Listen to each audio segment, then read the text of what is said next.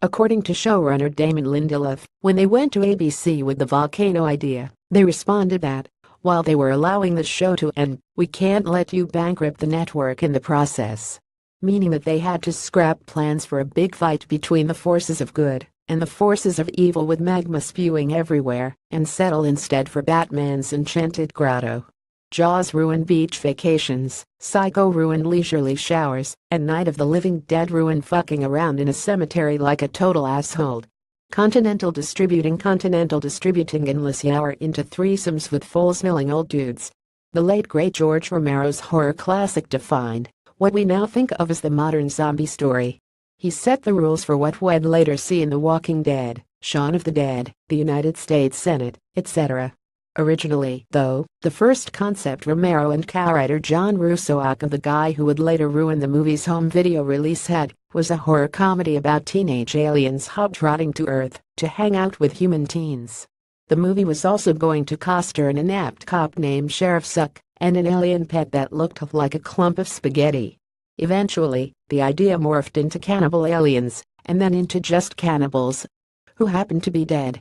The idea of having zombieism be an epidemic, that the recently dead would rise, and their bite would turn people into zombies, was unique to the movie, and we owe it all to its slim budget. According to Russo, they couldn't afford special effects like people coming out of their graves en masse, so they came up with the idea that it would only be the recently dead that came back, and the others couldn't.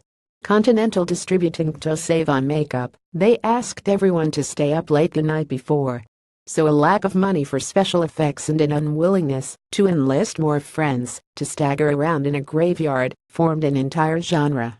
It's amazing that they didn't also parse out rules that zombie movies should be 20 minutes long and are allowed to pay the actors in peanut butter sandwiches.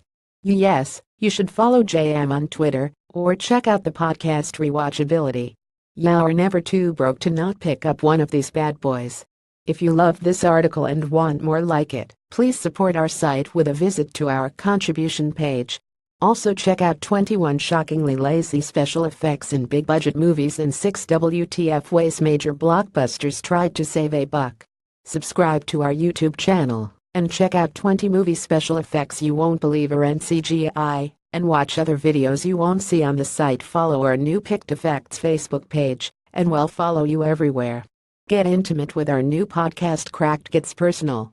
Subscribe for fascinating episodes like Murdered Sex Dolls and Porn Suitcases, What Garbage Men See, and I Was a Sex Slave in the Modern U.S., available wherever you get your podcasts.